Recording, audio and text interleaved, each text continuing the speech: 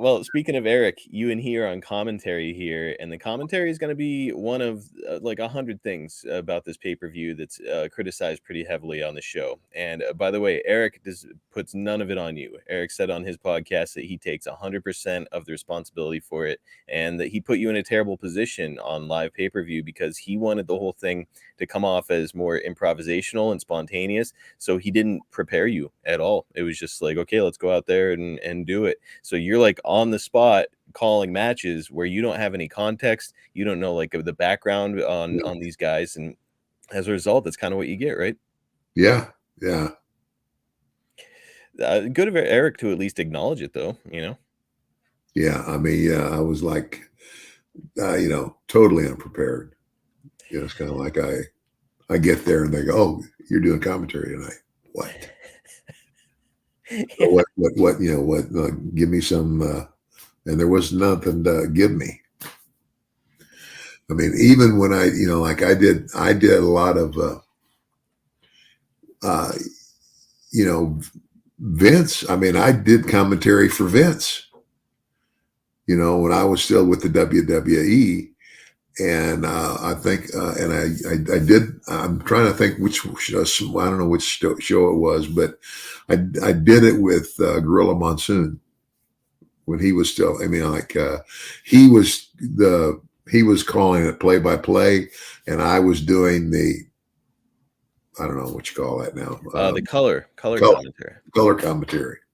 Now, do you remember when you were doing it with Gorilla and WWE, are you doing it live at shows, or are you doing it in a studio over live tape? Well, now I had done it live, but a lot of that we did, in the studio. Mm-hmm. In other words, we're in the studio. The show that I'm not doing a live show. But these are shows that people are going to see. But the commentary is we're actually watching the show as we're doing the commentary. And it's a whole other thing when you're doing it live in person and anything can happen, as opposed to like you already know what happened and now you're just doing a voiceover for it. Yeah, whole other vibe. Yeah, I have to imagine that Vince was like a micromanager in many respects. Like here you're coming into this with Eric admitting that he didn't prepare you at all. I have to imagine that Vince has got you prepared beyond what's even necessary, right? Yeah. Oh yeah. Yeah. Yeah, I've also heard about him getting in people's ears when they're on commentary, where Vince will be on the headset, and if you say something like he infamously hates pronouns, like doesn't like when you refer to a guy as like him or her. Like if you're going to talk about somebody, you got to say, "Well, Big Daddy Cool Diesel just slammed him." You don't say he slammed him. Now, do you have any recollection of Vince kind of micromanaging or producing you heavily when you were on commentary? Not really. Not really. I mean, again, because a lot of the commentary I did was not. It was kind of like it wasn't a live show. It was this is like the weekly show, like SmackDown, or I don't know. That we did, but I know I did it all with Gorilla Monsoon, and and he would critique me.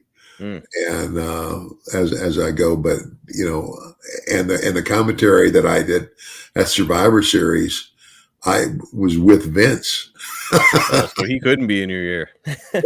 Yeah. I mean, and based on what I did at that show, that's why he said, "Yeah, you know what? I'm gonna." That's what So that's when I started doing color commentary with Gorilla. So well, and thinking I back must on have done something right. thinking back on it, you were great at it. It's just like again, not your fault here. What was happening? You just were not prepared at all, and all of a sudden you're thrust onto live pay-per-view. That's a tough spot. Yeah. Well, so Eric admitted that, but he also said something else that was interesting on his podcast with regard to you. He said that if he could do it over again, when he brought you into WCW, he wishes he would have brought you in as a different character. And he says that the Trillionaire Ted thing and playing off your character in the WWF was a big mistake. Do you agree with that? That maybe it would have been better to bring you in with a different character, maybe closer to who you were in like Mid-South? I don't know. I don't know because, um, well, what about the other characters? Diesel and Scott, and you know, were they a lot different than what they were? They were. Yeah, it's, Scott Yeah, went from being like, what was essentially applied to be a Cuban drug dealer to now all of a sudden, he's just kind of like this cool, almost yeah, like a biker gang type guy. Same thing yeah, with Kevin Nash. yeah, Hogan has gone from being the Hogan we all knew in the WWF to now he's Hollywood. yeah, And but you're here as essentially the $1 million man. They're just calling you trillionaire Ted. So I don't know. I think an argument could be made both ways. yeah, yeah. I can see that. I I can guess see that. I don't know. It's here's like an interesting thought, and obviously it's all these years later, so we're kind of like Yeah, fantasy booking it. But like you being part, even as a manager, and having a loaded glove on your hand with a little bit more of a biker vibe, and being able to use that, like load your glove and punch people for a finish. I think that could have been fun. maybe you're right. Maybe Yeah. I have something here. That should have been NWO Ted. Dang, I wish I'd have thought of that. DiBiase, obviously, richer than the rest. Here the champion. Here comes the set. It's the story of a legend.